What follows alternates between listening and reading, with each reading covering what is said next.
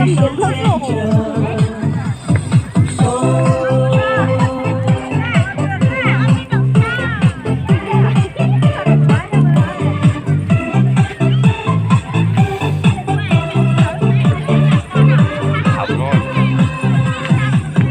như bị vỡ mụn rồi.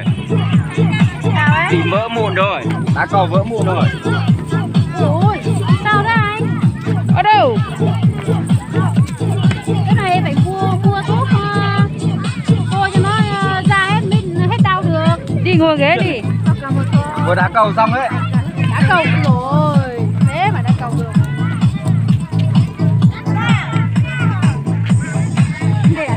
Thân này đi. Ra nhà lấy ấy. Khỏi ghế rồi.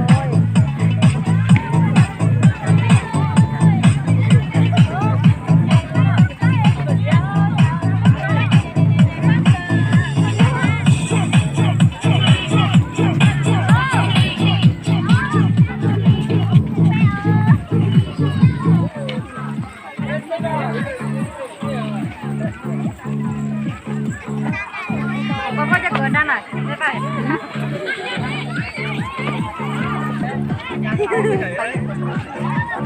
Tập lồng cao á.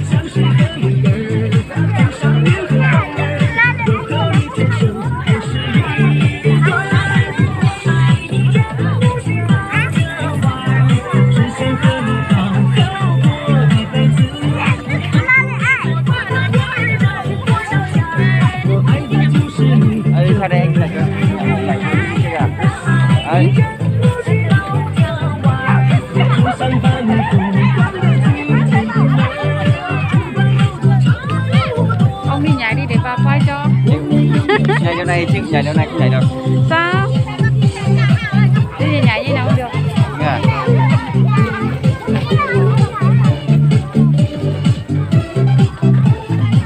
Tập chứ. Phải tập biết nhảy chứ. Nhạc bốc có nhảy được, nhạc này nhảy thôi.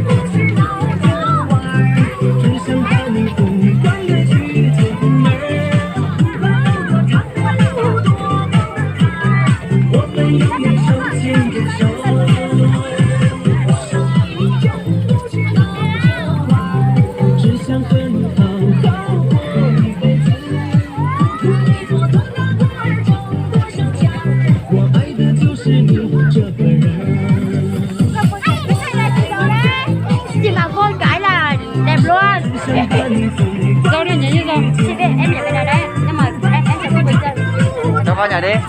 Cháu vào nhà đi chụp quay. Này, cháu vào nhà đi chụp quay không? Cháu vào nhà đi chụp quay không? Đây. Tôi chụp cầm. Hết rồi. Cháu một mình nhảy, tôi chụp cầm cho. Không, họ đang nhảy hết rồi. Kiểu là em bảo là, đã bảo là họ đang nhảy hết rồi đây. Cháu vào nhà đi chụp quay không? Họ đang nhảy hết rồi.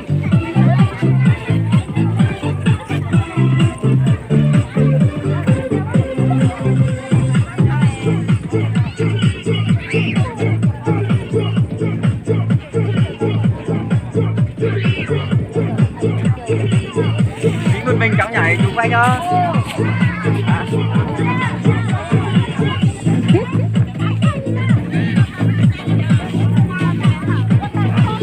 Tránh ra để người ta coi.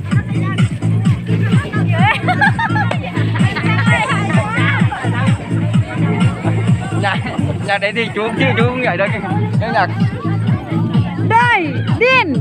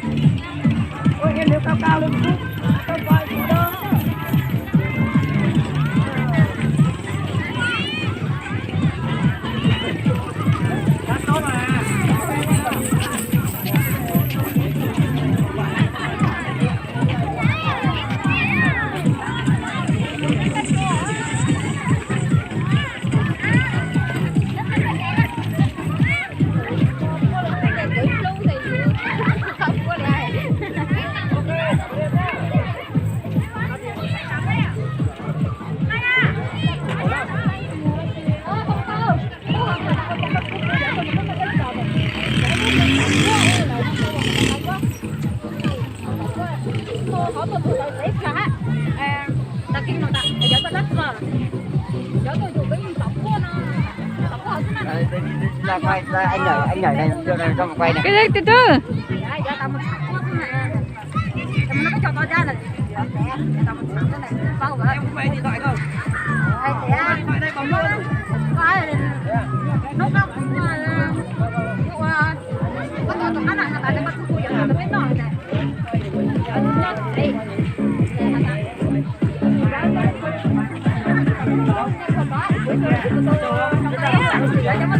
Sáng mai à? Mấy giờ? 8 giờ. Trông à? Xa không? Đi đường này lên nào? Đi đường nào? Đi đường này lên trên nào? Xa đúng không? Mấy cây? Không, ok, thế mai lên. Về nhé, anh có tới Tây đấy. Mấy cây mấy cái nhau này.